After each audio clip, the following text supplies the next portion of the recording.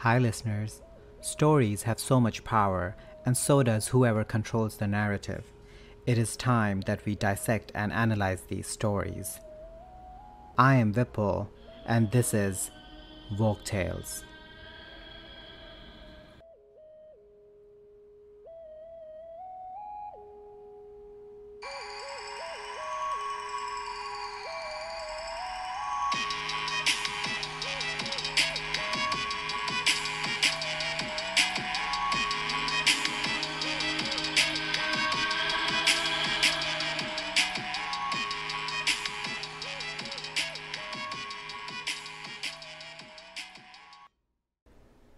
Hi everyone. This week I bring you an Afghan folktale with my prayer for peace and stability in Afghanistan.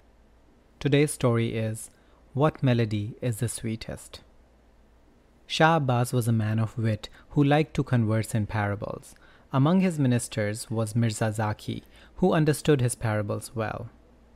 One day the Shah was holding court with his ministers, discussing the ways of this world. Thereon he asked his ministers, "What is the sweetest melody?" One answered, "The melody of the flute."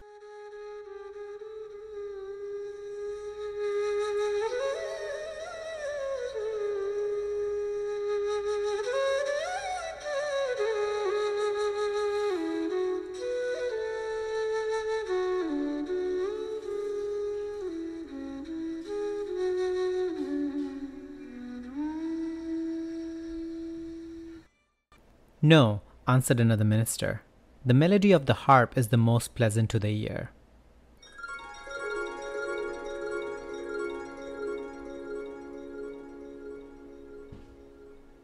The third remarked, "Neither one or the other.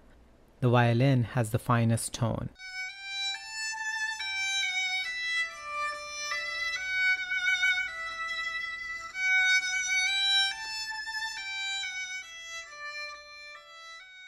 Thus a bitter dispute arose. Mirza Zaki was silent and did not say anything. Days passed. Then Mirza Zaki invited the Shah and the ministers to a banquet arranged in their honor. Musicians entertained the honored guest on all kinds of instruments. But how strange, the table bore no refreshments. The guests were without food and drink. Usually, the tables were laden with delicacies at a banquet. And when the guests had eaten and drunk their fill, there was still more food, and the copper vessels of meat and rice were brought to the loaded tables. Now, where was the food? It was embarrassing to ask, so the guests just went on sitting till midnight. Then Mirza Zaki beckoned to the server, and he brought a vessel of cooked food into the room, and beat the lid of the pot with a big spoon. All the guests breathed a sigh of relief. Indeed, it was time. Then Shah Abbas said, "The clink of dishes in the ears of a hungry person. This is the sweetest melody." I can totally relate to Shah Abbas, and probably all of us can relate to that. Every time I go out to eat and the server brings the food, I get so excited. Maybe the story talks about the most basic things can bring us the most happiness. On a serious note though, Afghanistan has been in the news for a devastating reason. The US has withdrawn its troops from Afghanistan, and the Taliban has taken control of Kabul and all of Afghanistan's major cities. Currently, concerns about deaths from COVID-19 have become secondary, and the Taliban causing violence has become the main threat.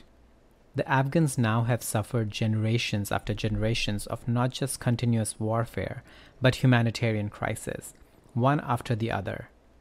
And we have to remember that this wasn't a civil war that the Afghans started amongst themselves and the rest of the world got sucked into.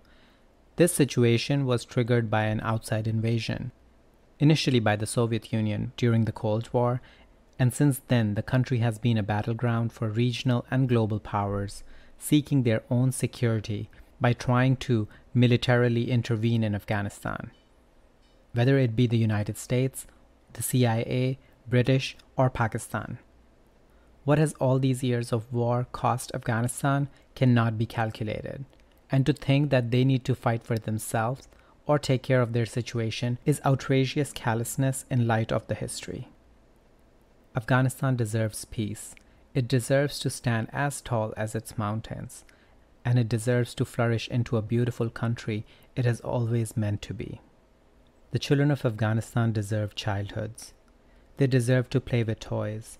They shouldn't have to listen to the sound of bombs when they fall asleep, but instead the sound of bedtime stories. On a hopeful note, bye for now.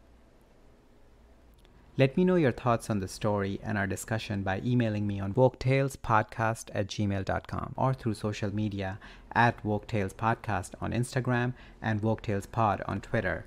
And please rate, review, and like WokeTales Podcast, and don't forget to subscribe so you can easily access our weekly stories. If you have any story recommendations, or if you want to come dissect and analyze a story with me, give me a shout out on email or social media, because whatever you do, keep dissecting and keep analyzing.